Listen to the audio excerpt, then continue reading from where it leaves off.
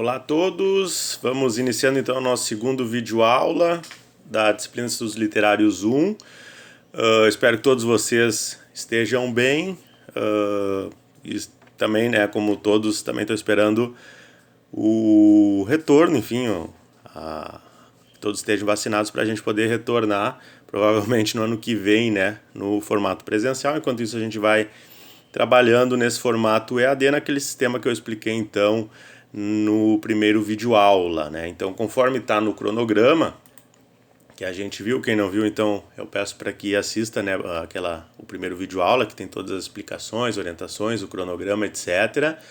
Então hoje a gente vai falar um pouco sobre a natureza do texto literário e também sobre os gêneros literários, né? Então alguns aspectos que a gente vai falar hoje, depois na sequência a gente vai desdobrar, né, em outras aulas conforme tem ali no cronograma. Lembrando também então que esse é o primeiro vídeo aula, né, já com conteúdo, que vai fazer parte que você tem que fazer o resuminho de 5 a 10 linhas para avaliação 1, né, que é do vídeo aula 2, que começa hoje até o vídeo aula 7. Lembrando que não é para vocês fazerem o resumo e me mandar semanalmente, é para mandar lá na data especificada no cronograma de entrega da avaliação 1, que é 24 de setembro, né, um único arquivo com todos os resuminhos nesse arquivo com o título lá, aula 2, o resuminho de 5 a 10 linhas, aula 3 e assim sucessivamente. Então só para reforçar isso. Então hoje a gente vai, até vou apresentar aqui as obras que, né, estão ali nas referências e que a gente vai partir delas, né, para conversar então.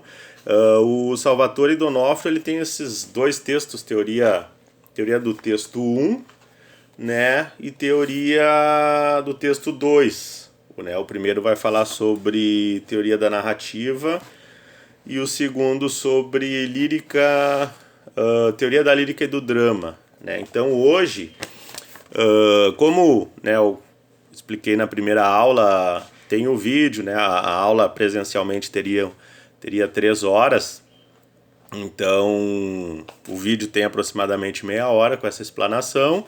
Aí eu vou colocar um texto que é um texto introdutório do primeiro volume da teoria do texto, que na verdade é super curto, são 5 páginas só, vocês podem ler então essas 5 páginas, que traz alguns conceitos básicos, né, sobre a teoria do texto.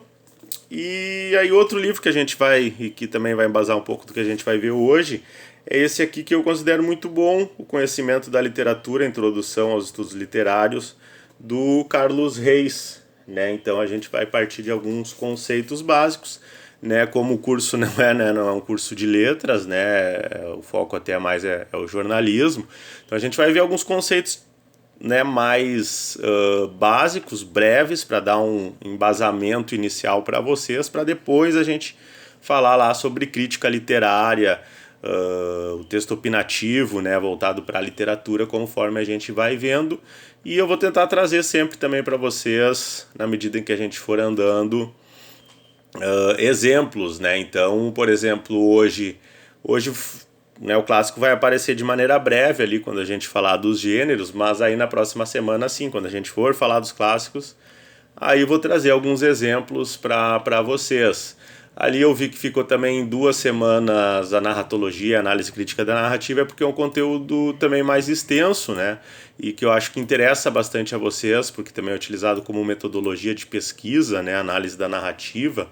Então, provavelmente não vai dar tempo da gente ver tudo num vídeo de meia hora, né? Senão vai ficar um vídeo muito extenso e muito texto, né, para vocês lerem para uma semana. Então, está dividido em 2. Então, começando então falando sobre essa perspectiva do D'Onofrio, né? Então, sobre a natureza do texto literário.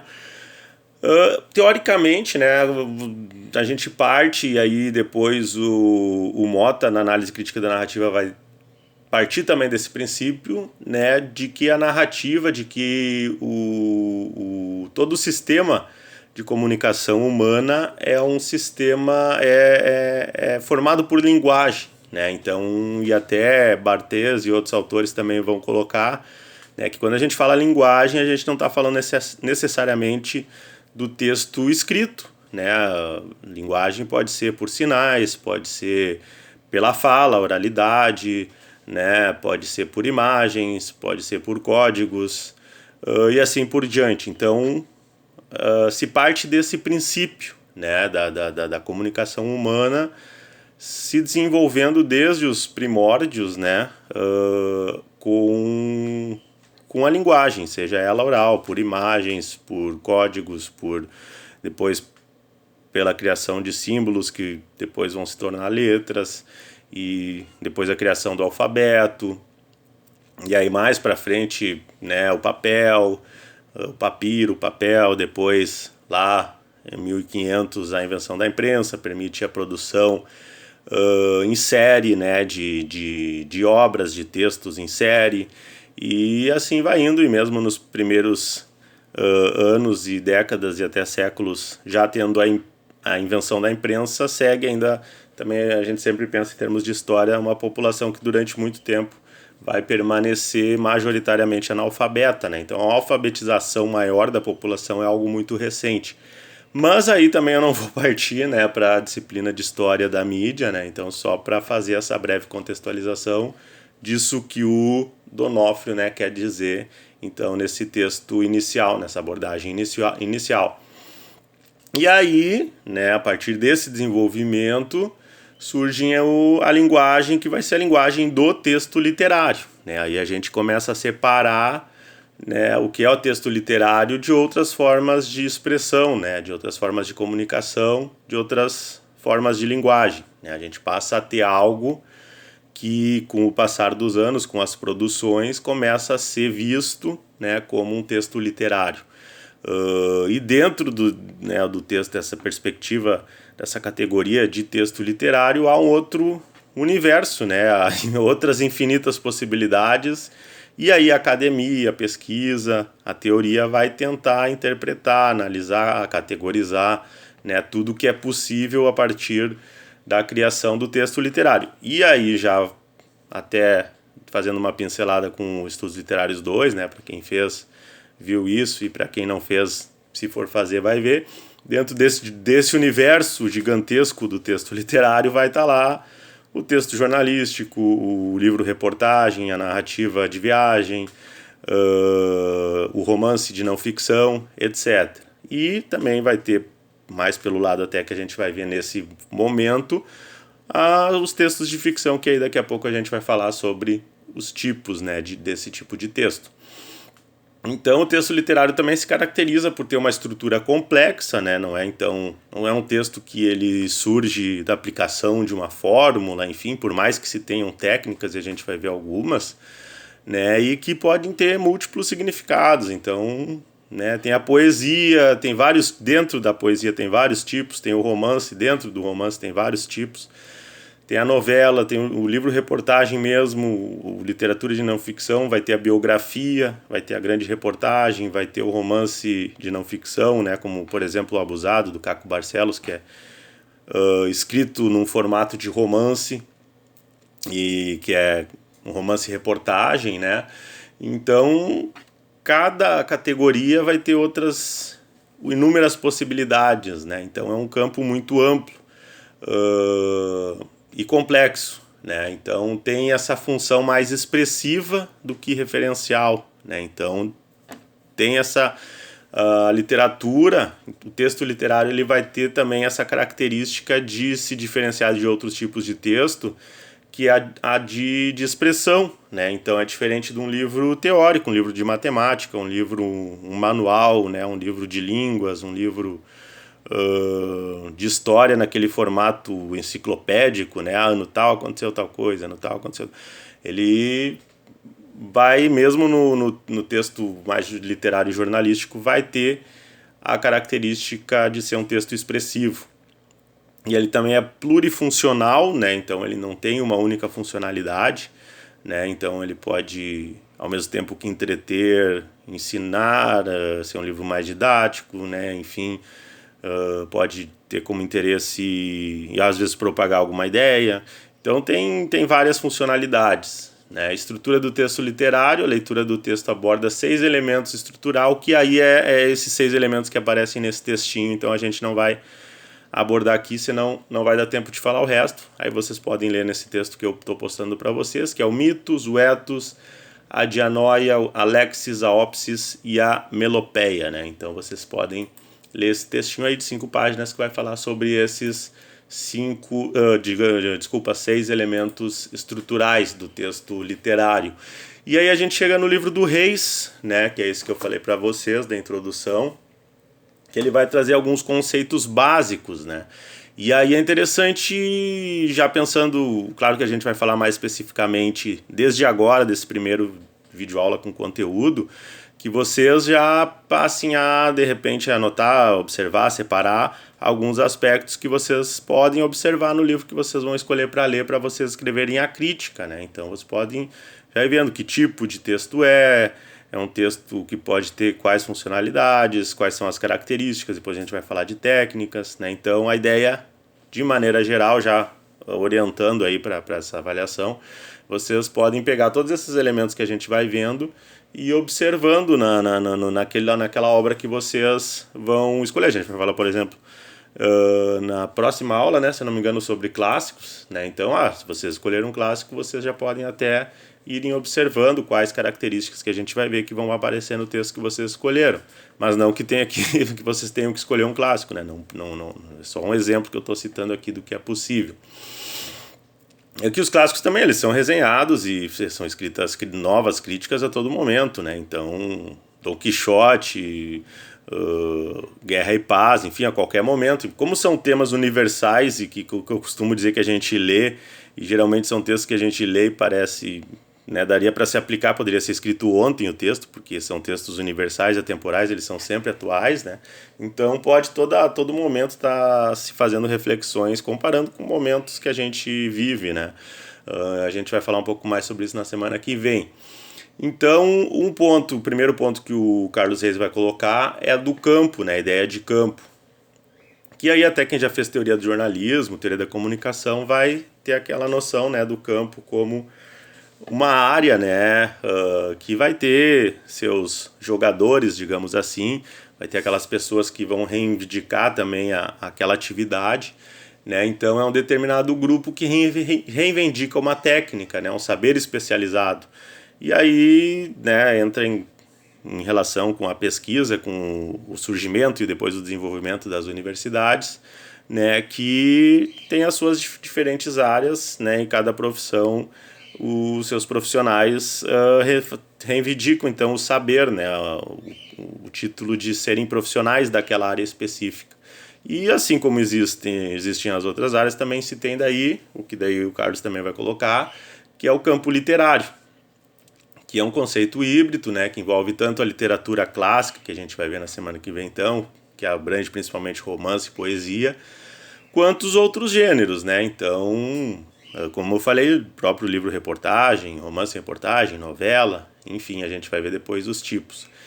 E tem essa obra híbrida também que mescla acontecimentos ficcionais, né? E até vocês, dependendo do livro que vocês pegarem, pode ser uma obra híbrida, com eventos e situações históricas ou índole autobiográfica ou confessional. Aí tem N exemplos, né? Tem o Longa Pétala de Mar, que é um livro da Isabel Allende, que ela pega um caso real, né, do poeta Pablo Neruda, chileno, que ele organiza um navio que se chamava Longa Pétala de Mar para trazer refugiados espanhóis da Guerra Civil para o Chile. Então esse fato aconteceu, tá até no livro de memórias do Pablo Neruda, tem registros, e ela escreveu um romance se passando nesse contexto, assim como existem vários que se passam, por exemplo, no contexto de Primeira e Segunda Guerra Mundial. O Érico Veríssimo era um autor que fazia muito isso, né? Dá para dizer vários livros, não dá para dizer todos, mas vários livros mesclam, né, fatos reais com ficção. O Tempo e o Vento é o caso mais emblemático, né, que ele conta 200 anos de história do Rio Grande do Sul, mesclando inclusive situações em que personagens fictícios criados por ele interagem com personagens que existiram de verdade, como Getúlio Vargas, que talvez é um dos personagens mais famosos, Índio Sepete Araju também. Enfim, mas a gente também vai falar um pouco mais disso, um pouquinho mais aprofundadamente nas próximas semanas.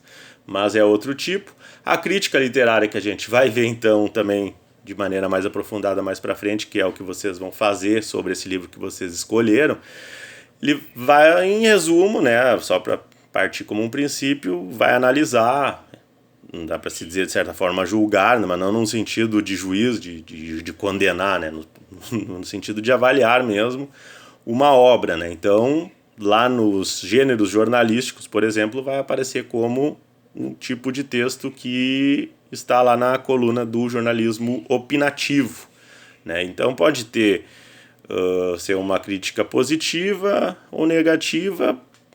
O neutro eu prefiro, pode ser, mas é o pior tipo, porque ficar em cima do muro, o texto opinativo justamente já né, foge um pouco do informativo, né, que tem aquela ideia de objetividade, neutralidade. Então no opinativo o ideal é o autor daquela crítica colocar de fato a sua opinião e se for preciso criticar e destacar aspectos negativos, né, que se faça isso. Tanto é que várias obras, né, quando eu dei no presencial, agora não lembro até o Estudos Literários 1 ou 2, mas que foi antes de fazer essa mudança que a gente está trabalhando de fazer o 1 mais voltado para a ficção e o 2 para o jornalismo, que eu entreguei livros, né, meus para os alunos lerem, que daí eles escolheram dentre o universo de possibilidades que eu levei. Claro, tem muitos livros que são ótimos e elogiáveis, mas não tem livro perfeito, né? Por melhor que seja o livro, sempre vai ter algum aspecto que dá para se criticar, né? Então a crítica tem essa função também, né? Tem livros que são muito bons, mas, por exemplo, o Guerra e Paz, por exemplo, é um livro gigante, muito bom, excelente, mas é óbvio, tem ali um espaço, às vezes, ali de 20 páginas que tu lê e tu pensa, pô, se eu fosse professor do Tolstói, boa, quanta pretensão, né? Mas eu riscava e dizia, não, isso aqui tu pode cortar. Porque, né, não tem livro perfeito, tem aquele livro que a gente gosta mais. Mas sempre vai ser possível encontrar assim, falhas, porque é a opinião, né? Então a crítica literária vai ter esse caráter. Claro que a ideia aqui é que vocês utilizem, né, aspectos teóricos para justificar até e emitir a opinião de vocês. O ensaio literário, né, então é uma exposição pessoal do autor sobre uma determinada obra / autor. É um pouco mais formal até, né, do que a crítica literária, aquele texto escrito mais para revista mesmo, para jornal. Já o ensaio já tem até uma pegada mais acadêmica, um pouco, não chega a ser tanto quanto o artigo, mas já é um pouquinho mais sofisticado sob o ponto de vista de pesquisa, sobre perspectiva acadêmica. Aí as figuras, então, o autor, né, que é o construto social em que se reconhecem certas funções, né, ele está inserido numa sociedade, com a sua cultura, leis, história. Então a gente vai ler por exemplo, se vocês forem ler um livro de um autor que escreveu nos Estados Unidos nos anos 70, 60, como Hunter Thompson, Charles Bukowski, Henry Miller, etc., esse povo todo, geração Beat, tem que se considerar, né, obviamente, o contexto em que o texto foi escrito, a situação do sujeito. Tem um livro aqui que até eu vou abordar que é polemicíssimo, né, porque ele é do livro do Céline, Viagem ao Fim da Noite, que é um texto é um clássico, né, da literatura francesa, mas o autor teve uma vida muito polêmica, principalmente depois até que ele publica essa obra, que foi vista como algo bem humanístico, mas aí depois, mais na fase quase entrada da velhice, ele se posiciona na época da Segunda Guerra Mundial favorável aos nazistas, né? Então tem que se levar em consideração tudo isso, né? Por exemplo, o livro que vocês escreverem tem que saber quem é o autor, em que fase ele escreveu da vida dele, ele escreveu a obra, etc. Não é para escrever um texto biográfico do autor, mas vocês têm que saber quem é aquela pessoa que escreveu aquele texto que vocês estão lendo. E o escritor, né? Autor de obras literárias. Aí uma citaçãozinha dele: os escritores são indivíduos reais, firmemente localizados na história, causas eficientes dos seus textos, né? Então é um sujeito, é um ser humano que está escrevendo aquele texto literário. E a intenção do autor, né, elemento discutível na apreciação de uma obra literária. Eu costumo contar uma anedotazinha que o Moacir Scliar contou mais de uma vez, mas numa palestra específica, em que o filho dele, que até era fotógrafo e faleceu faz pouco tempo, o Moacir Scliar também, né, já falecido, mas o filho dele tinha que fazer um trabalho para a escola sobre um dos livros do Moacir Scliar, né, e aí tinha lá as opções, era uma questão de marcar, e ele mesmo errou, né, a pergunta era sobre a intenção do autor, e ele era o autor, e ele errou o que o teórico lá julgou que fosse a intenção dele. Então, só para exemplificar como é difícil. E aí a gente vai para as teorias da comunicação do jornalismo, né, aquela questão de que a mensagem está na interpretação de quem recebe, não na intenção de quem a emite, né. Então, o autor, o escritor lança o seu livro, o seu texto, mas o que as pessoas vão interpretar, e as interpretações vão ser as mais diferentes. Então, tem textos que são eternamente discutidos e não se chegam a um consenso. Um dos mais clássicos é a história do Bentinho, lá do Dom Casmurro, do Machado de Assis, que vai ser eternamente discutido. Então, são aspectos que, né, fala sobre a intenção do autor, só para, né, vocês terem em mente essa questão que é muito mais vezes de se questionar, né, o que o autor quis dizer, mas não de querer definir, porque, né, tanto é que o Céline, ele escreve um prefácio depois, nos anos 40, que ele diz que ninguém entendeu nada do que ele quis dizer com o livro, né, mas enfim, é um outro tema já. Tem a questão dos direitos autorais, obviamente, então tem o plágio, né, também já antecipando, né, reforçando, né, não copiem, né, crítica literária, não peguem na internet, porque, né, tem a lei de direitos autorais, então quem comete plágio responde, né, judicialmente, se for publicamente. Como eu coloquei, se eu não me engano, no plano de ensino, se for na disciplina, é a reprovação direta, né, na disciplina, mas tem a lei número 9.610, então, que fala sobre os direitos autorais. Intertextualidade, várias influências de vários autores, uns sobre os outros, né? Então, às vezes até a gente tem algum autor que a gente gosta e a gente vai ler os autores que influenciaram esse autor, e aí a gente vai lendo os outros, e assim sucessivamente, né? E às vezes essa intertextualidade ela pode não se dar claramente nem intencionalmente, né? Porque na verdade vocês vão lendo vários autores e quando vocês vão escrever o texto de vocês, quando vocês estão utilizando características técnicas, etc., de outros autores, mas inconscientemente mesmo, às vezes, né? O cânone literário. Aliás, eu lembro quando eu comecei a escrever coluna em jornal, no Jornal das Missões, eu lia muito na época o Davi Coimbra, até hoje eu não leio, às vezes as pessoas criticam, eu digo, olha, faz até tempo que eu não leio ele, mas na época eu lia muito e aí às vezes acabava saindo textos com o estilo dele, e uma vez eu recebi um e-mail me xingando, né, dizendo que eu estava copiando ele, que eu era péssimo e não sei o que eu era para eu desistir, que era ridículo eu tentar imitar ele. E aí eu respondi porque, na verdade, na época até eu estava lendo um livro de crônicas do Nelson Rodrigues e, né, o estilo que o Davi Coimbra aplicava naquela época já era aplicado pelo Nelson Rodrigues nos anos 40, 50, então não era uma novidade feita pelo Davi Coimbra. É a questão da intertextualidade, né? O Nelson Rodrigues, muito antes do Davi Coimbra, e provavelmente o Nelson Rodrigues teve também as suas próprias influências, até eu li a biografia do Nelson Rodrigues, mas não lembro agora de cabeça que influências ele teve, mas que é aquela coisa de pegar, e o Nelson Rodrigues também era um cronista esportivo, ele já fazia muito isso que o Davi Coimbra fazia alguns anos atrás, de, por exemplo, contar uma história de relacionamento e no final relacionar com uma questão envolvendo futebol, né? Então, se não me engano, não lembro agora o nome, Chuteira, agora não vou lembrar, uma coletânea de crônicas do Nelson Rodrigues com crônicas esportivas, né? Aquilo ali é uma aula, né? Só que, claro, não faz sentido também chegar e dizer, o Davi Coimbra copiou o Nelson Rodrigues. Não, é isso que a gente está vendo aqui, a intertextualidade, né? A influência literária que um autor exerce sobre o outro. O Pedro Juan Gutierrez, por exemplo, os textos dele, se misturar, embaralhar vários textos dele, excluindo o nome da cidade, né? Cuba, Havana, e pegar do Bukowski, excluir Estados Unidos, Los Angeles, e embaralhar tudo, né? Quem lê os dois autores se não leu ainda, vai ter dificuldade de identificar qual é qual, porque são estilos muito parecidos. O cânone literário, então, obras que são consideradas referência em determinado estilo, período, que a gente vai ver. Os clássicos a gente também vai ver na próxima semana, mas só uma introdução.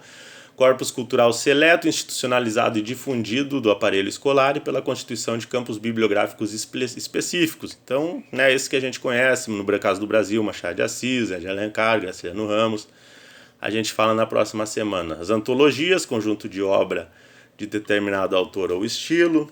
Literatura marginal a gente também vai falar mais para frente, né? Ocupa lugar de natureza precário e minoritário em relação ao centro denominado pelo cânone, né? Então a gente tem aí o próprio Bukowski, que eu já citei, que são bem vendidos, são nomes conhecidos universalmente, né?